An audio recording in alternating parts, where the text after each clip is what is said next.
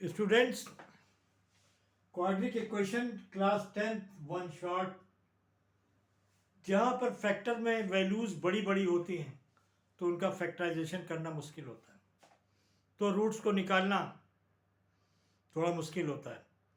तभी जो है हम यूज़ करते हैं डिस्क्रिमिनेंट का, डिस्क्रिमिनेंट क्वाड्रेटिक इक्वेशन का। पिछली वीडियो में मैं डिस्क्रिमिनेंट के बारे में बता चुका हूँ।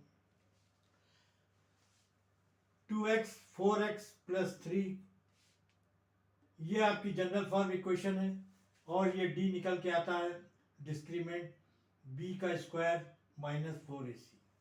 यहाँ पर देखिए a की वैल्यू जो है 2 है, b की वैल्यू माइनस 4 है, c की वैल्यू यहाँ पर 3 है।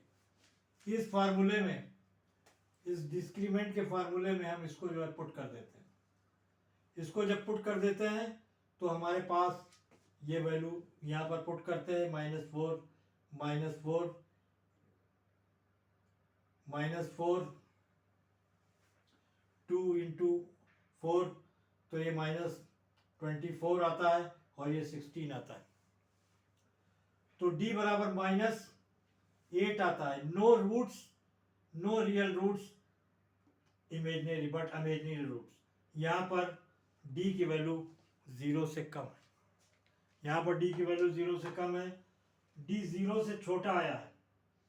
ग्राफ पैराबोला ऊपर की तरफ बनेगा, नीचे की तरफ नहीं बनेगा। पैराबोला जो है नीचे की तरफ बनेगा, और यहाँ पर देख रहे हैं कि पैराबोला जो है कहीं पर एक्स एक्सिस को काट नहीं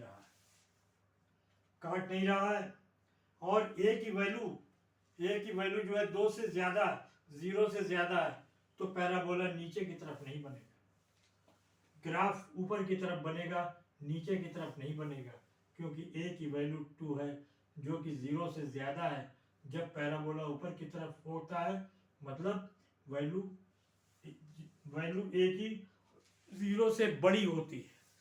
छोटा सा सवाल है, लेकिन आपकी उम्मीद है कि समझ में आएगा।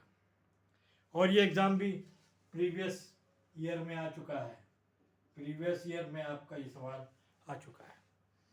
तो मेरे सारे वीडियोस आप क्वाड्रेटिक इक्वेशन के देखते जाएं, पिछले शुरू से स्टार्टिंग से देखें, तो आपको सारी कंडीशन समझ में आ जाएगी, और जो भी प्रॉब्लम है वो आपकी दूर हो जाएगी। Okay, thank you.